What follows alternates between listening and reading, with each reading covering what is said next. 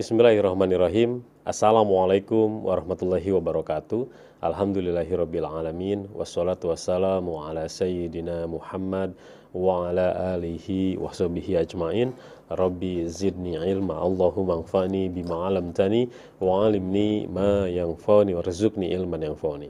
Dipancarkan dari Jalan Masjid Silaturahim nomor 36 Kalimanggis, Cibubur, Bekasi. Radio Silaturahim dan Rasil TV untuk Islam yang satu. Ikhwan akhwat yang dirahmati Allah Subhanahu wa taala, semoga kabar Anda di pagi menuju siang hari ini dalam keadaan sehat walafiat. Di hari ini ikhwan akhwat, hari Selasa, kita sudah masuki hari yang ke-21 di bulan Maret 2023. Ini hari yang ke-29 ya di bulan Sya'ban 1444 Hijriah. Hanya tinggal satu hari lagi kita untuk segera memasuki bulan suci Ramadan. Dan hari Selasa saya Angga Aminuddin hadir bersama Anis di meja operator, ada juga Ondi di kameramen, Iwan Ahwat dalam acara kajian ekonomi Islam bersama narasumber kita dari Dewan Syariah Nasional, Ustadz Ikhwan Basri. Alhamdulillah beliau telah hadir di studio. Assalamualaikum warahmatullahi wabarakatuh Pak Ustadz. Waalaikumsalam warahmatullahi wabarakatuh. Bagaimana kabarnya Pak Ustadz? Alhamdulillah sehat walafiat. Apalagi kemarin sudah hujan. Kemarin sudah hujan. Beberapa hari pas akhir pekannya nggak ada hujan Pak Ustadz, tapi kemarin ada hujan. Bahkan hujannya serentak. Dan di beberapa daerah ada juga yang akhirnya jadi kesulitan di Pak Ustadz. Apalagi di daerah pengungsian Cianjur tuh ada yang sampai tergenang, banjir juga tenda-tendanya Pak Ustadz ya. Di beberapa daerah juga menjadi berkah ketika mulai tanaman yang udah mulai kering beberapa hari tapi disiram oleh hujan lagi. Dan Ikhwan Akhwat, di kesempatan kali ini kita akan mengangkat satu topik mengenai ajakan untuk meningkatkan konsumsi dan bagaimana pandangan ekonomi Islam. Begitupun nanti kita minta ini dikaitkan dengan bulan suci Ramadan Pak Ustadz ya, yang mana memang konsumsi ini meningkatnya luar biasa di bulan Ramadan ini. Sementara kita melihat ada fakta yang terjadi ketika di negeri ini gitu ya, memang ajakan belanja untuk konsumsi ini kan supaya konsumsi rumah tangga naik gitu ya. Tapi dilihat kondisinya itu seperti apa sebenarnya masyarakat ini.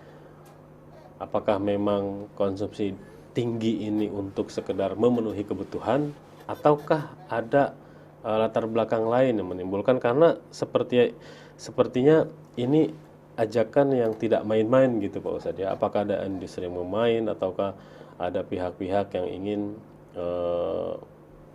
melihat bahwa di rumah tangga Indonesia ini dilihat taraf ekonominya gitu, ingin dilihat seperti itu. Nah ini akan kita angkat Ikhwan Akhwat, dan kami juga nanti mengundang Anda untuk bergabung. Silahkan sampaikan pertanyaan ataupun komentarnya ke nomor WhatsApp Rasil di 0811 1999720. Anda juga bisa memberikan komentarnya melalui YouTube channel yaitu Rasil TV. Anda bisa komen langsung di sana nanti gitu ya, karena siaran kita siaran live. Dan mari kita simak mengenai topik kita terlebih dahulu yang disampaikan oleh Ustadz Ikhwan Basri. Kami persilakan Ustadz. Terima kasih Mas Angga. Assalamualaikum warahmatullahi wabarakatuh. Alhamdulillahirabbil alamin. Wassalatu wassalamu ala asyrafil anbiya wal mursalin Muhammadin wa ala alihi wa ashabihi ajmain, amma ba'du. Para pemirsa Rasil TV dan para pendengar Radio Silaturahim yang dirahmati Allah Subhanahu wa taala. Alhamdulillah kita bersyukur kehadirat Allah Subhanahu wa taala atas segala curahan rahmatnya kepada kita sekalian, sehingga dengan rahmatnya itu kita dapat melaksanakan aktivitas kita sehari-hari dengan normal dan dapat menyimak Radio Silaturahim dan Rasil TV pada pagi hari ini. Dan semoga kita semuanya diberikan kesempatan untuk mendapatkan atau berkesempatan untuk bertemu kembali dengan bulan suci Ramadan yang tinggal satu hari lagi. Allahumma amin. Tadi topik yang diangkat oleh Mas Angga adalah tentang konsumsi ya. Nah, konsumsi ini dikaitkan dengan anjuran ya.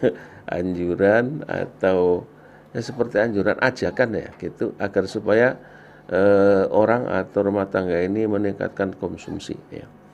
tentu ini sebetulnya bukan hanya fenomena yang ada di negeri kita. Hampir semua negara di dunia ini ketika mereka mengalami pandemi COVID-19 itu konsumsinya turun, ya. Household consumption itu turun, hampir semua, bukan hanya household consumption, tetapi juga government consumption dan sektor publik, ya, private juga turun, ya. Karena itu maka banyak negara yang kemudian mengalami pertumbuhan stagnan, bahkan banyak sekali yang mengalami pertumbuhan negatif, ya. Oleh karena itu salah satu cara untuk membangkitkan, menumbuhkan pertumbuhan ekonomi atau menggairahkan ekonomi adalah dengan mengajak rakyat untuk berbelanja, ya. Dan di beberapa negara, hampir, ya enggak di semua negara, tapi di banyak negara, terutama negara-negara maju, Jepang, Korea Selatan, Amerika, kemudian Eropa, itu seperti menabur uang, ya, membagi-bagi duit, ya, kepada rakyatnya untuk berbelanja.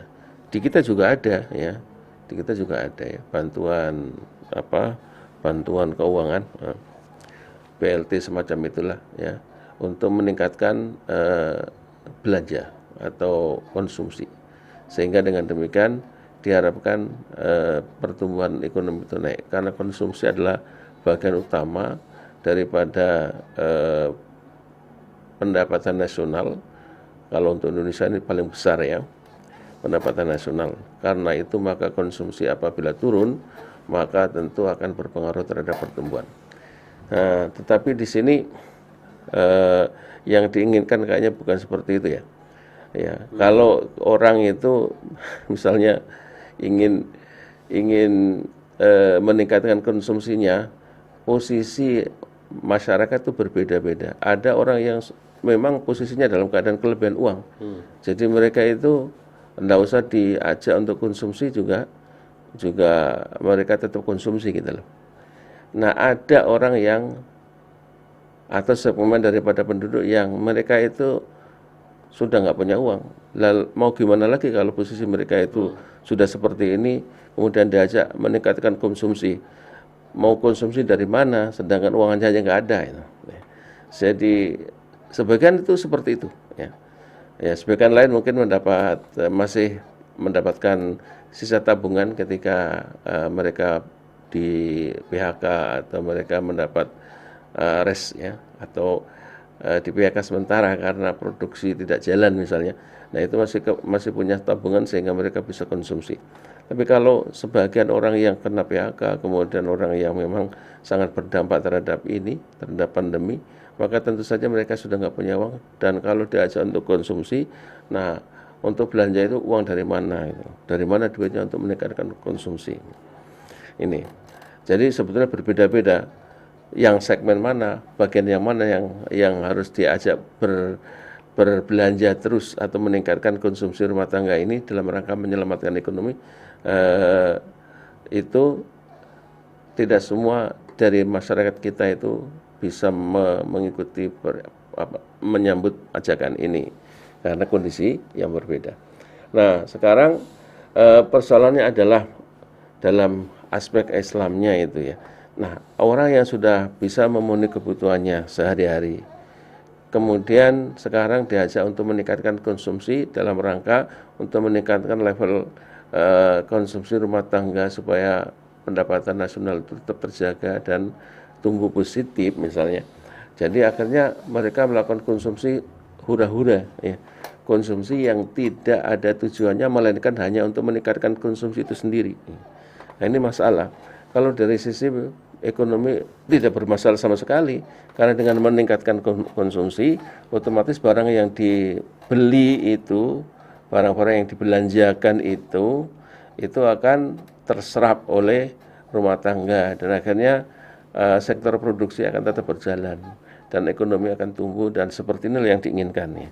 Tapi kalau kita itu meningkatkan konsumsi atau belanja kita dalam rangka untuk mengikuti atau memenuhi ajakan ini saja, tanpa memperhitungkan apakah ini penting bagi kita atau tidak bagi kita, kita berhajat kepada barang itu atau kita butuh akan barang itu atau tidak, hanya sekedar untuk berbelanja begitu saja. Nah, ini masalahnya menjadi tidak pas kalau dikatakan dari atau dilihat dari sisi kacamata ekonomi Islam.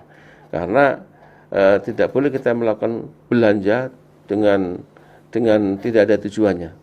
Kita sudah punya makanan, sudah bisa memenuhi kebutuhan makanan, minuman, kebutuhan pakaian, kebutuhan sandang, kebutuhan papan ya, rumah sudah punya dan semuanya terpenuhi dengan baik. Dan itu sudah normal ya. Nah, tapi kita masih mempunyai uang dalam rangka kita mau meningkatkan konsumsi itu. Sehingga di sini kita akhirnya melakukan konsumsi yang sebetulnya tujuannya itu sekedar hanya hura-hura karena tidak ada tujuan lain gitu loh. Nah, yang disorot itu sebetulnya adalah yang ini. Ya. Karena kita membelanjakan harta itu akan ada akan pertanggungjawaban. Ya. Misalnya nanti di dalam sebuah hadis dikatakan langkah kaki daripada seorang hamba akan terhenti di akhirat nanti sebelum beberapa pertanyaan ini akan dijawab. Yang pertama, diantaranya adalah dari mana harta yang dia peroleh dan untuk apa harta itu dibelanjakan ya. Nah ini, jadi membelanjakan harta itu kita harus ingat juga bahwa ini akan diminta pertanggungjawaban. Tidak free, tidak bebas dalam pengertian lolos dari pertanggungjawaban. Semua belanja yang kita keluarkan itu akan diminta pertanggungjawaban. Nah, itu sebabnya maka konsumsi yang sifatnya tidak ada tujuannya, hura-hura seperti ini dilarang oleh Islam. Ya, oleh ekonomi Islam sangat dilarang. Nah, bagaimana supaya misalkan kita ini diminta untuk meningkatkan konsumsi, tapi kita sudah dalam posisi tidak bisa meningkatkan lagi. Nah, dalam rangka seperti itu maka membelanjakan harta tidak harus dalam bentuk barang dan jasa, tidak harus dalam bentuk misalkan makanan atau minuman atau pakaian atau apalagi yang kita mau beli karena kita sudah punya, tidak harus dalam bentuk yang seperti itu. Tetapi kita bisa membelanjakan dalam bentuk menginfakkan uang ini kepada orang lain dan orang lain itu yang akan berbelanja. Nah, gitu maksudnya. Jadi kelompok orang-orang yang tidak punya uang tapi diminta untuk meningkatkan belanjanya, itu bisa melakukannya dengan cara orang yang pertama tadi yang punya uang, orang yang kaya, kemudian dia sudah terpenuhi semua kebutuhannya tapi dia sadar bahwa dia akan melakukan belanja lagi itu sudah tidak bisa karena dia takut kepada Allah nanti akan diminta tanggung jawab. Nah, di sini dia bisa memberikan infak. Ya. Infak itu belanja, tapi memberikan infak kepada orang lain yang berhak untuk mendapatkan itu, dan orang yang diberi infak itu akhirnya berbelanja kepada barang dan jasa sehingga berputar tetap ekonomi ini, produksi ini kan tetap berputar. Nah, di situ maksudnya. Jadi kita melihat bahwa ajakan anjuran seperti ini baik dan kita bisa melakukan diversifikasi dalam hal belanja. Tidak hanya untuk kita langsung, tetapi kita bisa melakukan belanja itu dengan cara infak kepada orang lain dan orang lain itu akan berbelanja. Entah bentuknya itu zakat yang langsung kita berikan kepada dia, muzaki melakukan zakat kepada yang orang yang mustahik zakat ya. Maka atau bisa juga infak biasa, sedekah biasa yang kita berikan kepada orang yang kita tahu bahwa dia tidak bisa berbelanja. Nah, dengan cara seperti itu ada transfer of income sehingga memungkinkan kelompok yang tadi tidak bisa berbelanja itu akan bisa berbelanja, membeli barang dan jasa yang dibutuhkan oleh dia sehingga produksi barang dan jasa dalam ekonomi tetap berjalan itu. Jadi di sini kita bisa melihat bagaimana seruan ajakan itu dalam konteks yang benar, bukan dalam konteks di mana orang itu melakukan belanja yang hura-hura yang tidak ada tujuannya, di mana itu tidak boleh, karena kita dilarang untuk belanja ya hura-hura abasan tanpa tujuan, kemudian juga kita dilarang untuk belanja dalam keadaan berlebihan sehingga itu menimbulkan israf. Seperti dalam surat surat Al-Furqan ya, Allah mengatakan walladzina idza anfaqu lam yusrifu wa lam yaqturu wa kana baina dzalika qawama. Ini adalah paradigma bagi kaum muslimin untuk melakukan belanja. Ya, jadi di sini belanja itu dibatasi oleh israf. Israf itu belanja dalam hal yang halal tapi berlebihan. Kita boleh belanja dalam hal yang halal, enggak ada masalah. Tapi ada batasnya. Di mana batasnya? Batasnya adalah israf atau berlebih-lebihan. Ya. Dan yang satu lagi batasnya adalah tabzir. Wala tubadzir tabdzira innal mubadzirina kanu ikhwana syayatin. Nah, janganlah kalian kaum muslimin berbuat tabzir. Ya, di sini tabzir itu kalau kita mau bedakan dengan israf adalah membelanjakan harta untuk tujuan yang tidak diridhoi oleh Allah Subhanahu wa taala. Ya. Jadi belanja yang yang tidak diridhoi oleh Allah Subhanahu wa taala itu walaupun sedikit itu termasuk mubazir atau tabzir. Sedangkan kalau kita membelanjakan harta kita di ruang atau di area yang halal tapi berlebihan, itu masuk ke dalam israf dan itu juga dilarang ya. Nah, tapi karena masih banyak sekali segmen penduduk kita kaum muslimin Indonesia ini yang hidup di bawah garis kemiskinan, yang tentunya mereka adalah mustahiquz zakat, adalah orang yang berhak untuk menerima zakat, berhak untuk menerima infak, berhak untuk menerima sedekah, berhak untuk menerima apa saja bantuan yang berasal dari kaum muslimin, maka transfer pendapatan lewat zakat, lewat sedekah, lewat hibah dan lain sebagainya akan memungkinkan kelompok yang menerima ini melakukan pembelanjaan, melakukan konsumsi terhadap barang dan jasa yang dibutuhkan, sehingga ekonomi akan tetap berjalan begitu. Itu maksudnya ya. Jadi yang banyak ditanya itu kan begini, di jamaah masjid itu, Ustadz, kenapa kita dianjurkan untuk berbelanja padahal kita sudah punya beras, sudah punya minyak, sudah punya daging, semua di dapur kita penuh, artinya cukup untuk memberikan kebutuhan kita, pakaian juga sudah ada, kendaraan juga ada. Nah, takutnya kalau mengikuti anjuran ini karena ingin membantu pemerintah meningkatkan belanja itu mereka berbelanja dalam batas israf, dalam batas tabzir menurut mereka itu. Nah, ini yang perlu kita klarifikasi. Ya. Makanya jangan diartikan bahwa belanja dalam pengertian infak dalam pandangan ekonomi Islam itu hanya terbatas kita beli barang dan jasa. Ya. Walladzina yunfiquna amwalahum fisabilillah. Nah, fisabilillah itu di situ terjemahnya bisa dunia, bisa akhirat. Ya. Kita membelanjakan harta kita untuk kebutuhan rumah tangga, istri, anak, ya, dan orang-orang yang bergantung kehidupannya sama kita. Itu semuanya adalah masuk fisabilillah. Meskipun bentuknya itu bisa jadi minyak, ya, bisa jadi pakaian, bisa jadi kebutuhan dapur, transportasi, HP dan lain sebagainya, ya. Itu masuk dalam konteks ini. Nah, sebagian dari kita kan mengartikan itu fisabilillah hanya dalam bentuk seperti misalnya zakat, seperti misalnya sedekah.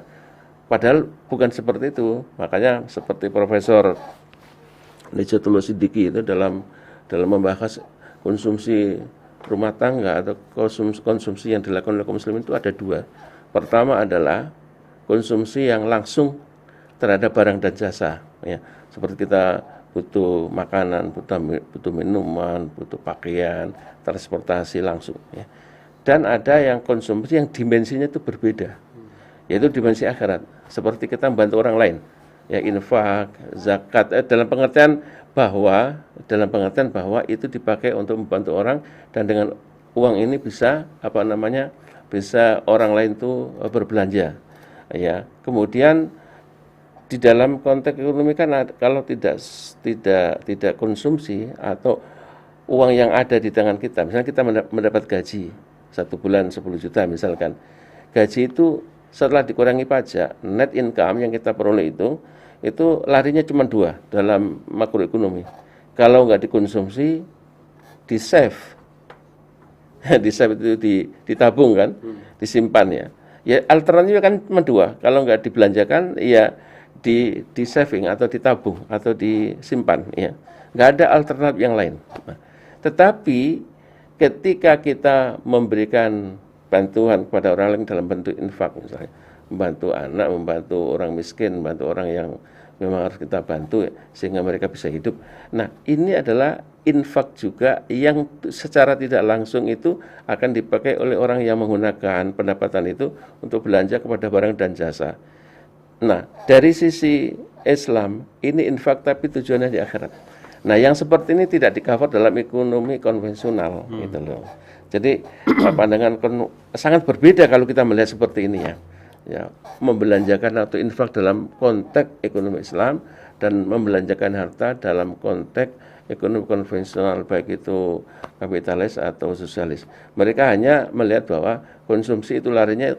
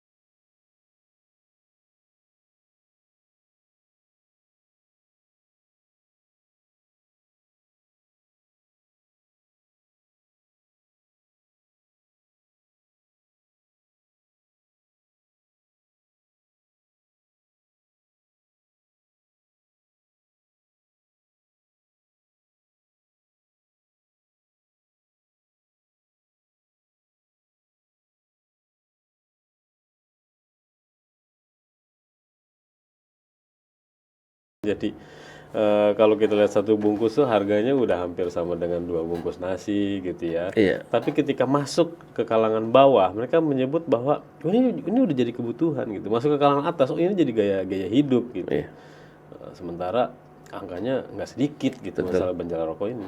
yaitu dilema ya, dilema. Kalau untuk merubah ini perlu waktu yang lama sebetulnya, tidak bisa hanya dilarang, dibikin undang-undang yang melarang dan lain sebagainya. Itu sulit ya. Perlu jangka waktu yang lama, perlu pendidikan ya. Ya, pendidikan yang konsisten. Ya, masalahnya kan apakah selama ini kita melakukan pendidikan untuk mengurangi barang-barang seperti itu konsisten. Nah, tentu ini harus kita jawab. Ya, tapi apa namanya ini persoalan lain lah. Jadi ada hal yang menurut Mas Angga ini adalah suatu hal yang sangat urgen untuk kita jadikan apa namanya fokus perhatian karena di Indonesia itu ternyata antara rokok dengan beras itu, nah itu dua-duanya ya. Kalau beras nggak apa-apa, kita ngasih beras, kita belikan beras, kita berikan BLT untuk orang yang berhak itu untuk dibelikan beras, harapannya kan begitu. Tapi kan ketika sudah berubah uang, sudah dicairkan menjadi rupiah, maka itu belum tentu akan dibelikan untuk barang-barang yang sebetulnya bermaslahat bagi dirinya atau keluarganya. Tidak ada masyarakat sama sekali bagi orang yang menerima itu kan dibelikan barang-barang yang membahayakan dirinya. Nah, yang di sini perlu ada pendidikan. Tidak mungkin kita bisa mengubah seperti itu ya, menjadi sesuai dengan keinginan pemerintah atau keinginan muzaki supaya harta yang dizakatkan itu bentuknya rupiah jangan sampai dipakai untuk beli rokok dan lain sebagainya. Nggak mungkin bisa dibatasi karena ketika mereka sudah mendapatkan uang itu mereka akan melakukan sesuai dengan keinginannya ya. Itu sulit ya bagi kita ya, tapi ini merupakan dilema karena seperti tadi bahwa merokok itu untuk kalangan seperti ini menjadi hal yang sangat urgen tetapi sangat berbahaya ya. Tapi tidak bisa kita cegah gitu. Saya kira itu. Jadi intinya kita kan nanti hubungkan ini dengan Ramadan ya. Jadi supaya kita itu memasuki bulan Ramadan ini juga ingat bahwa salah satu ciri khas daripada bulan Ramadan adalah konsumsi yang melonjak ya. Konsumsi kaum muslimin yang tiba-tiba melonjak ya. Melonjaknya sangat signifikan. Dan ini secara makroekonomi baik ya. Artinya apa? Semua industri yang terkait dengan katakanlah misalnya minuman, katakanlah misalnya makanan, baik itu makanan seperti apa itu namanya restoran, rumah makan atau makanan-makanan olahan itu luar biasa permintaannya. Bahkan sekarang aja udah kelihatan. Kalau kita masuk supermarket ya, sudah dipakai, sudah seminggu yang lalu itu sudah ada tulisan Ramadan menyambut Ramadan. Itu barang-barang sudah dimasukkan ke pasar, padahal belum masuk bulan Ramadan. Jadi persiapannya mungkin sebulan yang lalu sudah dimulai. Ya. Dan beberapa yang saya temui mereka pedagang-pedagang pakaian sudah menstok sudah sebulan yang lalu ya untuk menyambut Ramadan ini. Jadi sudah kita lihat bahwa gelagat atau apa namanya kelihatannya ini gelagatnya akan ada peningkatan konsumsi dalam segala hal ya, mulai dari pakaian, mulai dari minuman, makanan dan lain sebagainya. Itu bulan Ramadan semuanya seperti itu, bukan hanya di Indonesia, di Bangladesh, di Pakistan, di India, di Saudi juga sama. Nah sehingga kita melihat tahun-tahun yang lalu itu perputaran sirkulasi uang, Bank Indonesia menyediakan sekian triliun uang untuk transaksi dan lain sebagainya. Ini selalu dinaikkan dari tahun ke tahun. Perputaran uang cukup kencang dan cukup tinggi, dan kita tetap memberikan dakwah kepada kaum muslimin agar supaya melakukan konsumsi walaupun di bulan Ramadan adalah dengan moderasi. Jangan sampai kita mendekati israf ya. Apalagi kita itu melakukan tabzir ya. Israf dilarang, berbelanja berlebihan dilarang. Ya mungkin berlebihan bagi kita, tapi kelebihannya itu diberikan kepada orang lain itu bagus ya. Silakan berbelanja banyak makanan minuman stok ya, tapi kalau itu tujuannya untuk dikasihkan kepada kelompok yang membutuhkan, nah is fine ya. Very good lah gitu. Baik Pak Ustadz, waktu terus berjalan ini Pak Ustadz ya. Kita akan jeda dulu, nanti kita akan kembali di sesi kedua dengan menjawab pertanyaan-pertanyaan dari Ikhwan dan Ahwat. Untuk itu kirimkan ke nomor WhatsApp Rasil pertanyaan dan komentar Anda mengenai topik yang kami bahas ke nomor 0811 1999 720. Untuk berdialog langsung melalui telepon Anda bisa hubungi kami di 021 845 1512. Kami akan segera kembali.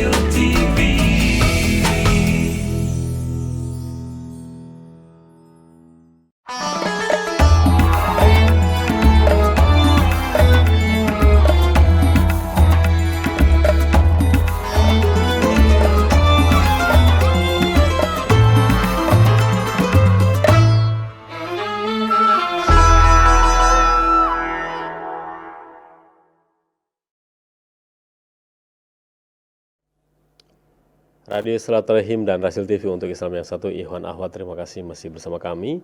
Dan di sesi kedua ini, Ikhwan Ahwat, kajian ekonomi Islam, kita akan langsung saja menjawab pertanyaan-pertanyaan yang sudah masuk.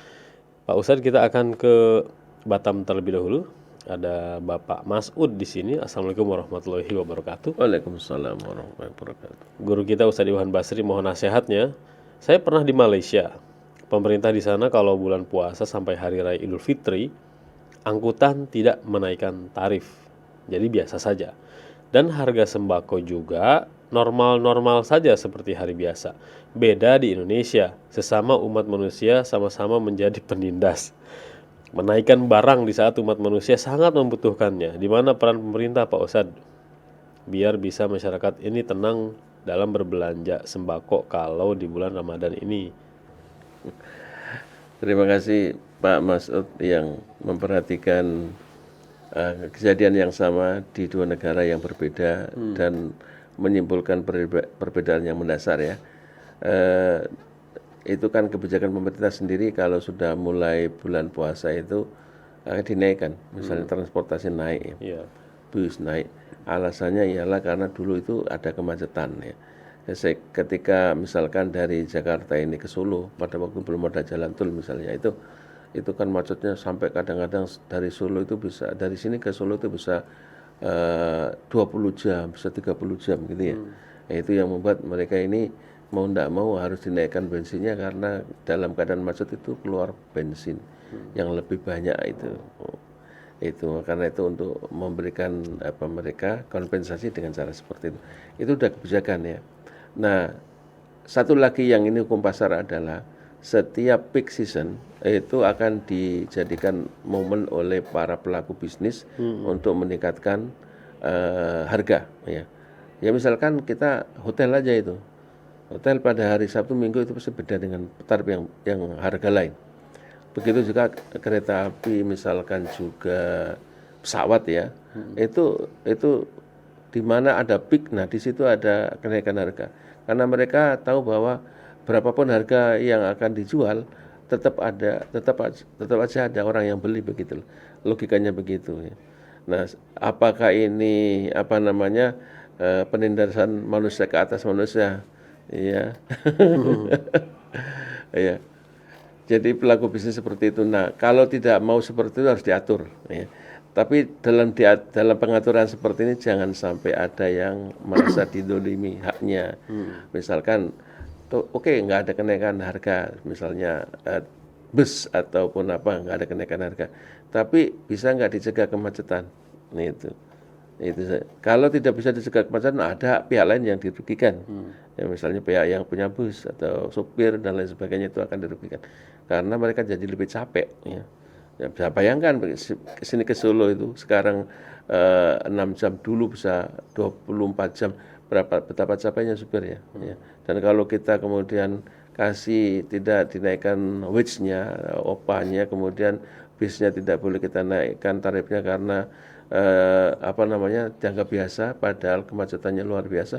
Nah, ini tentu kita tidak fair ya, tidak adil ya. Jadi aturan itu harus diterapkan kepada semua pihak dan tidak boleh merugikan pihak manapun atau salah satu pihak. Nah, seperti ini harus terjadi. Tapi itu sulit untuk diwujudkan ya. Itu jadi kita harus fair dan kita harus realistis lah gitu. Kalau di beberapa negara seperti Malaysia mungkin infrastrukturnya sudah mendukung ya di sana sehingga kemacetan tidak terlihat pada waktu itu. Ya. Itu. Iya.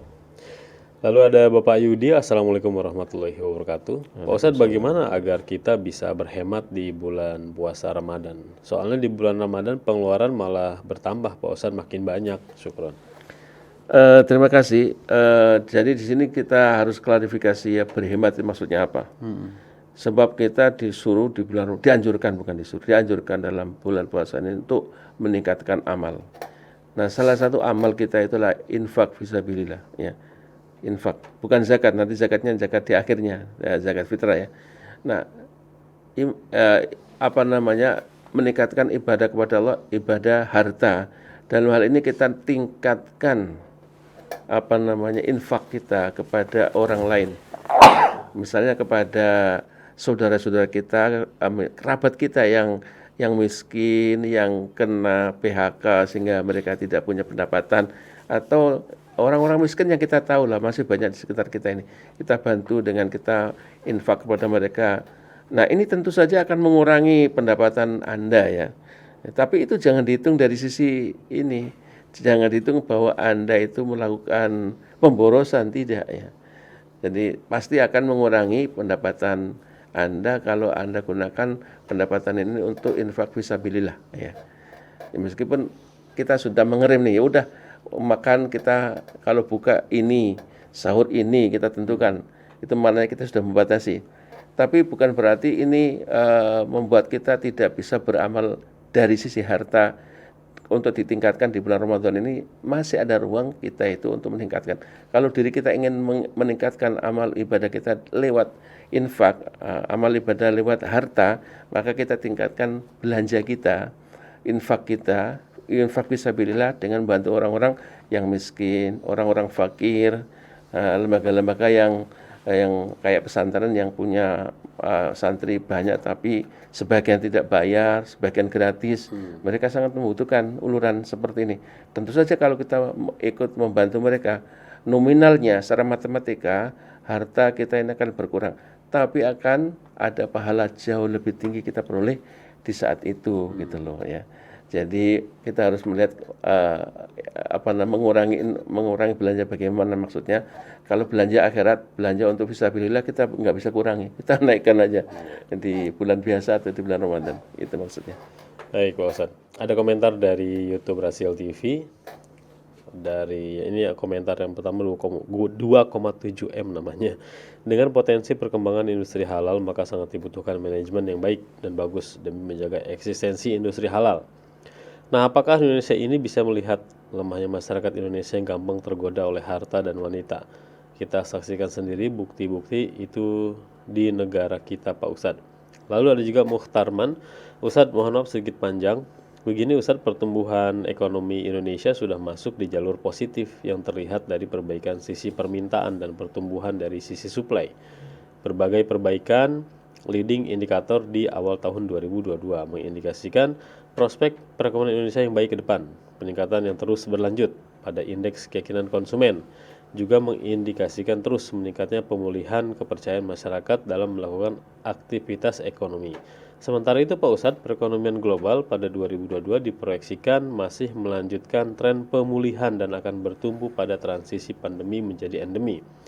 Nah, International Monetary IMF memproyeksikan pertumbuhan ekonomi global 4,4%. Asesmen berbagai lembaga internasional yang menunjukkan bahwa Indonesia cukup resilient terhadap tekanan global di tengah tekanan inflasi global. Masih terkendali, berada di bawah kisaran target. Pertanyaan saya, apakah pemerintah sudah mengeluarkan berbagai bauran kebijakan untuk mendukung pertumbuhan ekonomi syariah di tahun 2022? Salah satunya dengan memberikan stimulus bagi pengembang. Lalu ada juga Kamal Andri, Pak Ustadz, saat ini kita juga melihat perekonomian Indonesia sedang mengalami pertumbuhan ekonomi digital, didorong oleh terjadinya pergeseran perilaku masyarakat ke platform digital. Contohnya berbagai strategi telah diterapkan, antara lain melalui Kartu Prakerja, Gerakan Nasional Literasi Digital, Digital Talent Scholarship, dan Digital Leadership Academy. Mohon tanggapannya Pak Ustadz. Terima kasih. Ya, yang kedua ini memberikan data itu tentang pertumbuhan kita, pertumbuhan ekonomi kita positif. Itu datanya ada. Saya juga baca dan bahwa kita adalah negara yang boleh dikatakan imun terhadap guncangan-guncangan ekonomi yang sebagian besar dunia mengalaminya, bahkan negara Eropa, Amerika, Jepang mengalaminya, termasuk juga Korea, tapi kita istilahnya dalam tanda kutip masih adem ayem saja, dan alhamdulillah semua itu bisa kita redam dengan baik ya. Ini saya pikir bahwa ini semua adalah rahmat dari Allah Subhanahu wa taala ya. Harus kita syukuri bahwa Allah memberikan perlindungan kepada kita kaum muslimin di Indonesia dengan tetap terjaga indikator ekonominya ke arah positif ya. Di saat yang lain banyak negara yang begitu menderita karena banyak persoalan-persoalan ekonomi, baik itu karena pandemi atau masalah-masalah yang lain ya. Nah, kita harus bersyukur ya dengan cara kita meningkatkan taat kita kepada Allah Subhanahu wa taala, meningkatkan ibadah kita ya, supaya nikmat ini terus diberikan kepada kita. Mengenai apakah industri keuangan industri halal dan industri yang berbasis syariah ini atau yang digital ini dapat istilahnya dukungan dari pemerintah untuk maju gitu. Secara umum ya saya kan di DSN di Dewan Syariah Nasional, kita sebetulnya mengerti bahwa pemerintah memberikan ruang yang cukup ya kepada kita untuk mengembangkan industri. Bahkan kita ini sekarang menyebutnya industri halal karena bagian daripada industri keuangan syariah itu sekarang menjadi bagian dari halal industri. Ya, boleh dikatakan sekarang itu menyebar bukan kepada lembaga keuangan tetapi kepada pariwisata. Pariwisata yang betul-betul dikelola sesuai dengan syariah ini membutuhkan memberikan peluang yang besar karena Indonesia itu negara yang mayoritas berpenduduk muslim, dan negara-negara seperti Timur Tengah itu kepingin ke sini tapi melihat sesuatu yang friendly, environmentally friendly, dan secara syariah itu bisa diterima itu. Jadi industri pariwisata seperti ini berkembang bukan hanya di sini tapi di Malaysia, bahkan di Cina lebih tinggi ya industri halal ya, termasuk di Australia dan New Zealand. Nah, kita ini mayoritas beragama Islam tapi perhatian kepada industri halal tadi masih kurang dibandingkan dengan katakanlah Australia, dibandingkan dengan katakanlah New Zealand, apalagi dibandingkan dengan China dan Thailand. Ini luar biasa. Nah, masih perlu kita kembangkan lagi. Jadi pemerintah sebetulnya memberikan ruang seperti itu.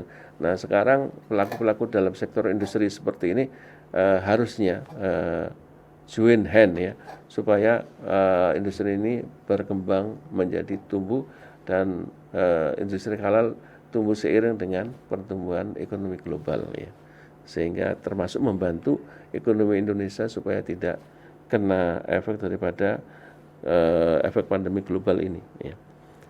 Itu. Pak Ustadz, pertanyaan terakhir Pak Ustadz, ini dari Pak Ari. Assalamualaikum warahmatullahi wabarakatuh. Waalaikumsalam. Mohon Pak Ustadz tanggapannya, bagaimana kita harus bersikap terhadap orang yang mendedikasikan dirinya sebagai pengemis, mencukupi kebutuhan hidupnya dengan meminta-minta Pak Ustadz.